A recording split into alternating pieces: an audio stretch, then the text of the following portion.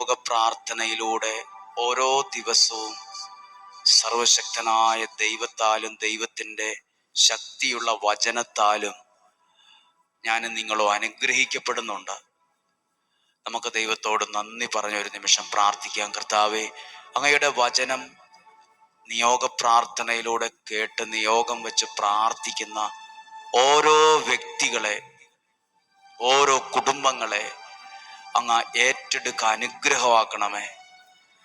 അവരുടെ മേലൊരു വിടുതലിനെ അങ്ങ് അയക്കുന്നതിന് നന്ദി. അവരെ അത്ഭുതകരമായി സഹായിക്കുന്നതിന് നന്ദി. അവരുടെ പ്രയാസങ്ങളിൽ നിന്ന് അവർ വിടുതൽ അനുഭവിക്കുന്നതിന് നന്ദി. കർത്താവെ, ഞങ്ങളെ ഒരുമിച്ച് കൂട്ടി അങ്ങയുടെ സ്നേഹത്തിന്, കരുതലിന്, പ്രാർത്ഥനയ്ക്കെല്ലാം നന്ദി പറയുന്നു. ഇതൊരവസരത്തെ നന്ദിയോടെ ഓർക്കുന്നു. ദൈവത്തിനെല്ലാം മഹത്വവും നൽകി പ്രാർത്ഥിക്കുന്നു. എല്ലാ മഹത്വവും അങ്ങ്